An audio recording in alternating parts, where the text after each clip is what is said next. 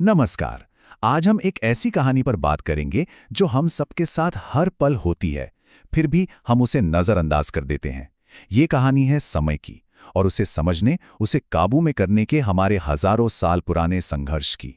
जरा एक पल के लिए सोचिए, एक ऐसी दुनिया जहां ना कोई घड़ी हो, ना कोई कैलेंडर। कैसे पता चलेगा कि अभी दिन का कौन सा पहर है, कौन सी तारीख है, या फिर अगला मौसम कब आएगा? ये सोचना भी अजीब लगता है ना। आज हमारे ये शायद सिर्फ एक सुविधा की बात हो, लेकिन हमारे पूर्वजों के लिए समय एक अनदेखा दुश्मन था। उनके लिए समय का हिसाब रखना कोई शौक नहीं, बल्कि जिंदा रहने की शर्त थी। उन्हें ये जानना ही था कि फसल कब बोनी है और मौसम कब करवट लेगा। जान का सवाल था। तो ये कहानी सिर्फ तारीखों और कैलेंडरों की नहीं है। ये कहानी है इंसान के उस जबरदस्त संघर्ष की, जब उसने पहली बार इस विशाल ब्रह्मांड को गणित के छोटे छोटे हिस्सों में बांधने की कोशिश की। और पता है ये सफर कहाँ से शुरू हुआ? अफ्रीका की गुफाओं से। चलिए, अब हम उन पहले सबूतों को देखते हैं।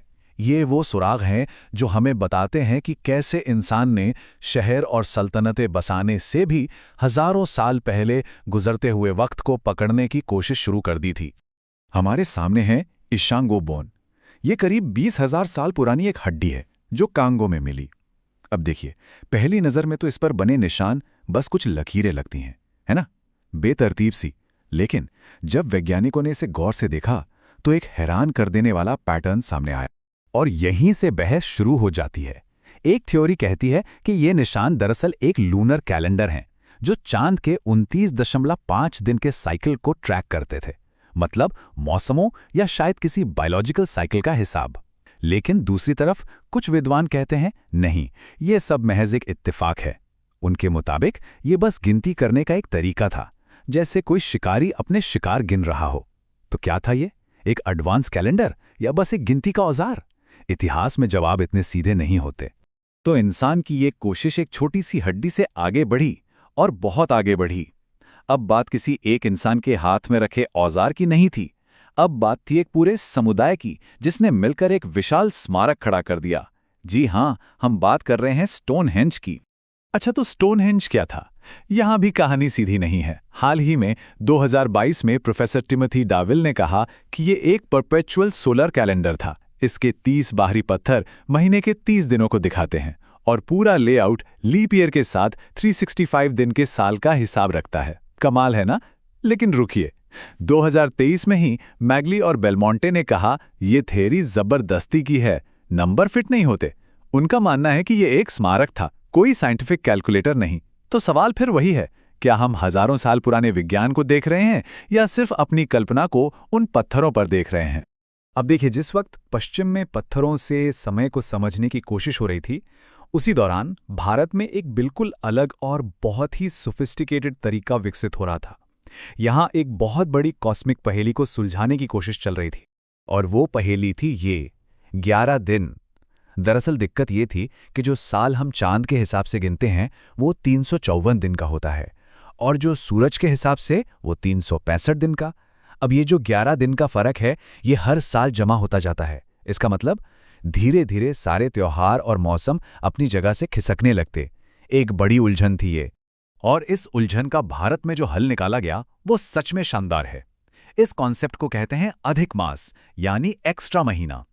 ये वेदांग ज्योतिष से आया, जिसका श्रेय ऋषि लगध को दिया जाता है। देखिए, कैलेंडर को जबरदस्ती ठीक करने के बजाय यहाँ के खगोलविदों ने प्रकृति के साथ तालमेल बिठाने का एक खूबसूरत और बहुत ही सरल सिस्टम बनाया। तो ये काम कैसे करता है? बहुत सिंपल है। सबसे पहले वो हर साल जमा होने वाले 11 दिन के फर्क पर नजर रखते हैं। फिर वो इस अंतर को जमा होने देते हैं, और जब ये अंतर बढ़कर लगभग 1 महीने के बराबर हो जाता है, जो करीब हर 32 साढ़े 3 महीने में होता है, तो वो कैलेंडर में एक पूरा एक्स्ट्रा महीना जोड़ देते हैं, और बस लूनर कैलेंडर अपने आप सोलर सीजन के साथ सिंक हो जाता है। सबसे बड़ी बात यह है कि ये सिस्टम खुद को ठीक करता रहता है, बिना किसी दिन को डिलीट किए। और इस गहरे एस्ट्रोनॉमिकल ज्ञान का अगर कोई जीता जागता सबूत देखना हो, तो वो है 13वीं सदी का कोणार्क सूर्य मंदिर। ये सिर्फ एक मंदिर नहीं, ये पत्थर में तराशी हुई एक विशाल घड़ी है। सोचिए, ये मंदिर एक बहुत बड़े रथ की तरह है, जिसमें 24 पहिए लगे हैं, और हर एक पहिया एक परफेक्ट सनडायल है, एक सूर्य घड़ी। इसमें जो 8 बड़ी तीलियां हैं वो दिन के 8 प्रहर को दिखाती हैं, यानी 3-3 घंटे के हिस्से। और तो और पहिए पर बने मोतियों पर पड़ने वाली परछाई से मिनट टू मिनट सही समय का पता लगाया जा सकता है। ये दिखाता है कि उस सभ्यता के लिए समय सिर्फ कोई नंबर नहीं था, बल्कि एक दिव्य, एक घूमने वाला पहिया था। चलिए अब हम दुनिया के दूसरे हिस्से रोम की तरफ चलते हैं, और यहाँ कहानी बिल्कुल अलग है। यहाँ कैलेंडर प्रकृति से तालमेल के लिए नहीं, बल्कि राजनीति, सत्ता और अफरा-तफरी का एक जरिया बन गया था। होता यह था कि रोम के पुजारी, जिन्हें पॉन्टिफिक्स कहते थे, वो कैलेंडर के साथ मनमानी करते थे। अगर कोई राजनेता उनका दोस्त है तो उसका कार्यकाल बढ़ाने के लिए साल को लंबा कर दिया, और अगर कोई दुश्मन है तो उसका साल छोटा कर दिया। इसका नतीजा पूरी तरह से गड़बड़ झाला। हालत यह हो गई थी कि गर्मियों के त्योहार वसंत के महीने में मनाए जा रहे थे। अब इस पूरी गड़बड़ी को ठीक करने के लिए जूलियस सीजर को एक बहुत ही ड्रास्टिक कदम उठाना पड़ा। साल 46 ईसा पूर्व में उन्होंने कैलेंडर को वापस पटरी पर लाने के लिए इतिहास का सबसे लंबा साल बनाया। जानते हैं कितने दिनों का? 445 दिनों का। इसे भ्रम का वर्ष या द ईयर ऑफ कंफ्यूजन भी कहा जाता है।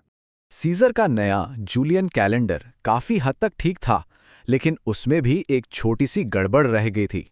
हर साल कैलेंडर असली सोलर ईयर से करीब 11 मिनट आगे हो जाता था।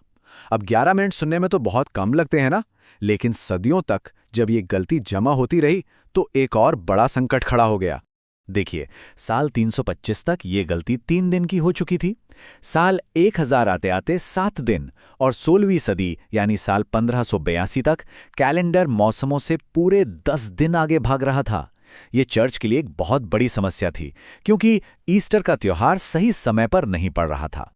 तो पोप ग्रेगरी 13 ने एक ऐसा फैसला लिया जिसके बारे में सोचना भी मुश्किल है। उन्होंने हुक्म दिया कि 4 अक्टूबर 1582 के बाद अगला दिन 5 अक्टूबर नहीं होगा, बल्कि सीधा 15 अक्टूबर होगा। जी बिल्कुल सही सुना, इतिहास से 10 दिन हमेशा के लिए गायब कर दिए गए। और लोगों को ये फैसला बिल्कुल पसंद नहीं आया।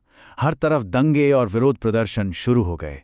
लोगों को लगा कि चर्च ने उनकी जिंदगी के 10 दिन चुरा लिए हैं। तनख्वाह और कॉन्ट्रैक्ट्स को लेकर चिंताएं होने लगीं। ब्रिटेन जैसे प्रोटेस्टेंट देशों ने तो इसे अपनाने से ही इनकार कर दिया, लगभग 200 सालों तक। रूस ने तो इसे जाकर 1918 में अपनाया। ये दिखाता है कि कैलेंडर सिर्फ विज्ञान नहीं है, ये हमारी पहचान, हमारे धर्म और सत्ता से बहुत गहराई से जुड़ा है।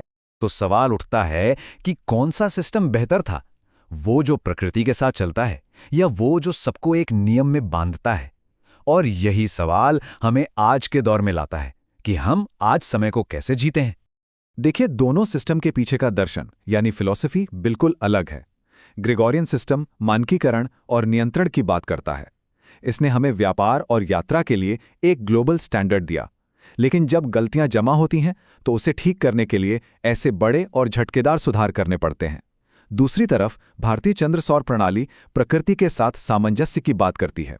ये एक ऑर्गेनिक सिस्टम है जो समय के साथ बिना किसी उथल-पुथल के खुद को ठीक करता रहता है। सच तो यह है कि आज हम में से बहुत से लोग इन दोनों ही दुनियाओं में जीते हैं। तो अगली बार जब घड़ी पर नजर पड़े तो एक पल के लिए रुककर सोचिएगा, क्या ये सिर्फ समय देखना है, या फिर ये उस हजारों साल पुराने संघर्ष, उस जबरदस्त इंसानी दिमाग और आखिरकार मिली जीत का गवाह बनना है? इस सवाल पर जरूर सोचिएगा।